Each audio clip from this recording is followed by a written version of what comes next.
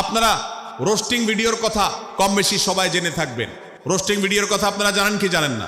ভাইরা আমার, roasting video নামটা দেখেন, অর্থাৎ কাউকে রোস্ট করা। আমরা মুরগি রোস্ট করার কথা জানি, এখন মানুষ রোস্ট করার সিস্টেম শুরু হয়েছে।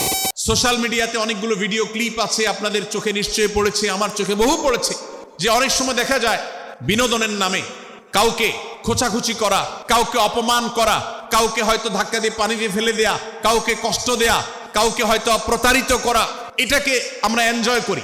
অনেক ভিডিও ক্লিপে দেখা যায় এভাবে কাউকে কোনোভাবে অপমানিত করে, কাউকে কোনোভাবে ধোকা দিয়ে বোকা বানিয়ে আমরা এনজয় করি, আমরা হাসাহাসি করি। আমাদের রুচি নষ্ট হতে হতে আজ এই পর্যায়ে এসেছে যে এটা আমাদের এনজয়ের বিষয় হয়েছে, এটা আমাদের আনন্দের বিষয় হয়েছে। ভাইরা আমার, সূরা হুজরাতের এই আয়াত, অর্থাৎ 11 নম্বর আয়াত, এই আয়াত বলছে আমাদের জন্য কোন মুসলমানকে, কোন মানুষকে ব্যঙ্গ বিদ্রুপ করা হারাম। কোন মুসলমানকে ব্যঙ্গ বিদ্রুপ করা কি হারাম।